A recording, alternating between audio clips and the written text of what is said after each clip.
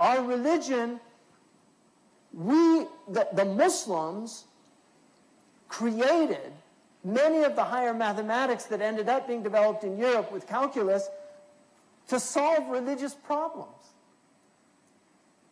They used the trigonometry to solve problems of Qibla and problems of moon determination. NASA, all these moon sighting charts that the West uses now were developed by the Ottomans. That's where they actually got them.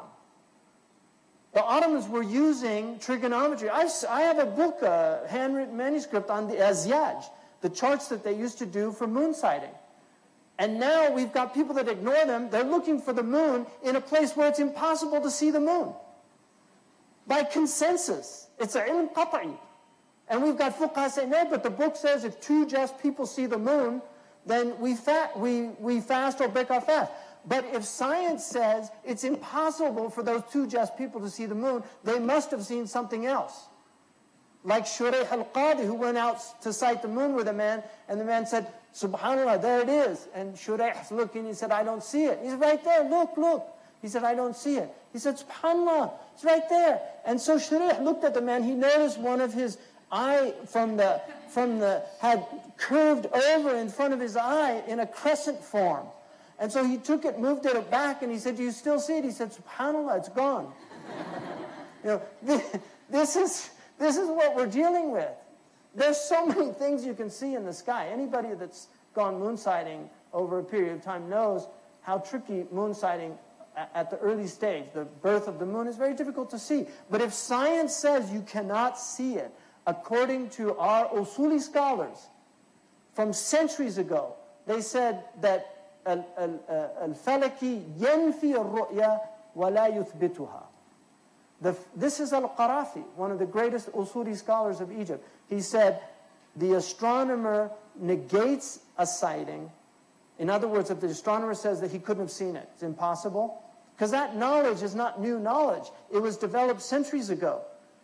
Observational astronomy has not developed considerably in the last 3,000 years. Theoretical astronomy, that's a whole other kettle of fish. But the observational astronomy has not developed. They could predict eclipses to very, very narrow margins centuries ago.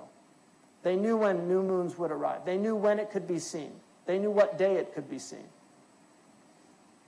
And the Prophet said, if it's obscured, either by cloud, he didn't say if clouds obscure it. If it's obscured, then أَكْمِلُ الْعِدَّةَ ثَلَاثِينَ, complete 30 days.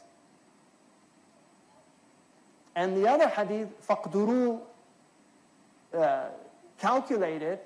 Ibn Rushd says that hadith is mujmal. In other words, it's ambiguous.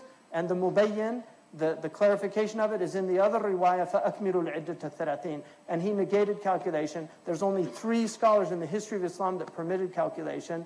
And they were all refuted by the vast majority of scholars because they said the mubayyin of hadith overrides the mujmal hadith.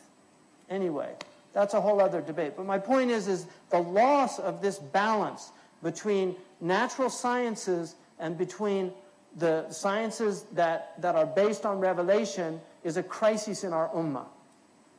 And this is why we need both. But we also need our natural scientists to have enough knowledge of the traditional sciences to know their limits, because they often don't realize their limits. And also for the people on the other side to know their limits. We're half-educated on both sides. There's very few fully educated people today that are educated in natural sciences and are educated in the qualitative sciences.